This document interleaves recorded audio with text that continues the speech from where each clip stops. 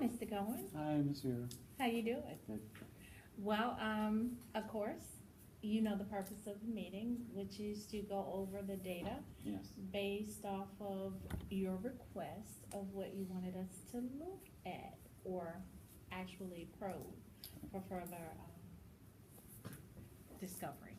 So, I have with me the data that I generated. Yes. Because I know that your focus, you wanted us to look at design question number 3 from the Marzano learning observation tool for teaching. And you wanted to hone in on element 15. So I'm going to give you an opportunity to actually look at what I have here. Mm. And then you tell me what your impressions are and just.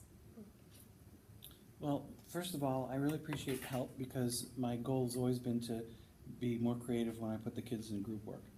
Okay. I never like them to just work in close proximity to each other and call it group work. I like them to be more interactive. I like them to have roles and be more productive. And that's really what I'm striving for. And I've been striving for that.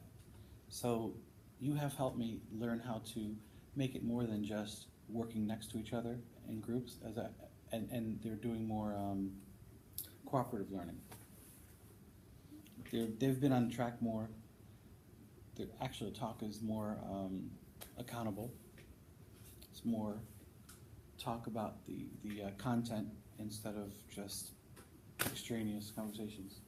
Okay. So- and I know you wanted me to kind of observe and see whether or not you organize the groups and guide them for the sole purpose of deepening and interacting and practicing their knowledge. Well, I actually used the test result, Mhm. and I was able to kind of monitor the kids and group them by abilities. Okay. So I had some enrichment going on. I had some just skill work going on, reteaching, and then I had some just kids who were on task and on level to just try to help enrich them as well. So keeping track of scores, data, and knowing who the kids are, has all kind of combined to help me figure out who's going to do what, who's going to be in which group, and that changes from day to day or from class to class. I know So- within the window of time that I was in there, I definitely saw you have a organization for movement.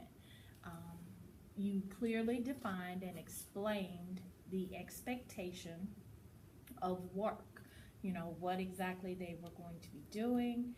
You went in and you modeled it for them for clarification. In addition to that, I noticed that with your task chart or your grouping chart, it indicated to them exactly where they were supposed to go.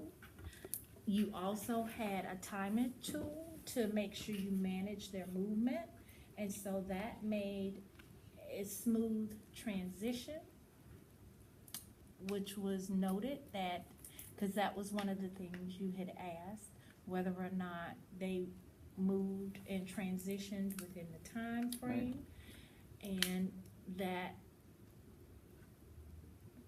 yes. Well, I think managing the time was really important because I didn't want to get stuck on one thing for 40 minutes when I should be just keeping things moving. Okay. Another thing is some of the talk was allowed them to ask each other, maybe ask kids from different groups before they come and ask me for help, Okay. which is important that they try to, number one, interact with their notes and interact with each other. Yes. So that took place. Of course, there were some kids who just want to come straight to me all the time. But I just kindly asked them, go see if someone else can help you, and then come check with me if they can't. Okay. Not to be mean. And Well, I do know one action that we decided we would actually kind of zero in on is the ability for the groups to explain how the work they were doing supported their learning. Yeah, and that's what one of the issues I had is just understanding that whole concept of getting the kids to articulate why they're doing what they're doing. And I know when I did ask several or a couple of the groups the purpose of the activity, one responded, I don't know. Another group responded that we just need to do this. And the last group, which they stated, because he told us to. I think, you know, to compensate for that, I think we just need to make sure they are fully focused on an objective and understand what they're doing and why they're doing it. Okay, so. I think that'll help, you know, obviously know what their goal is so they can know whether they've achieved it or not. Okay. I think that also helps the teacher focus on what I have to do in the classroom. So how could we go about achieving that? Simply stating your goal, making sure the kids understand it. I think even having some kids articulate what it is we're doing.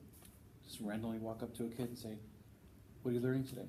Why are you learning it? How are you going to use it? Different probing questions. And you could let other kids answer, or if they can't answer, explain it. Make sure they understand that. If they don't understand their goal, how are they going to learn the lesson? How are they going to know if they've learned it? Okay. Instead of just going off in directions. So I know this was the focus that you asked me to kind of generate some data over. What are you obtaining from the data, if anything? From the feedback that I've gotten from you and from what you've observed and what we've talked about, I think that organizing myself, being prepared, having my materials ready, and making sure the kids are getting used to a task or routine and understanding how to properly use the frame of my classwork, and just continuing to model what we have to do in class I think will help. Okay. I don't know if that makes sense, but to me, it's about planning from bell to bell, and making sure the kids understand what the expectation is all the time, both instructionally and you know, just classroom management wise. Okay. So moving forward, what would you like for us to focus on? well, I would like to focus on how to use data and feedback with the kids more, like data chats, like what we're doing together. Maybe I could work with kids on the same way, the same level. Okay.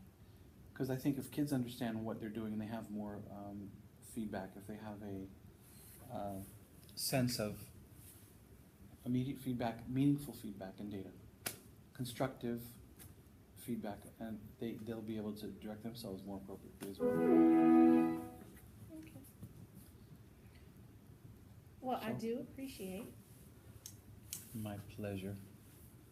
you allowing me the opportunity to work with you. It is my honor and privilege to be able to do that. You're my best coach. Anyway. Until next time. Yay, okay.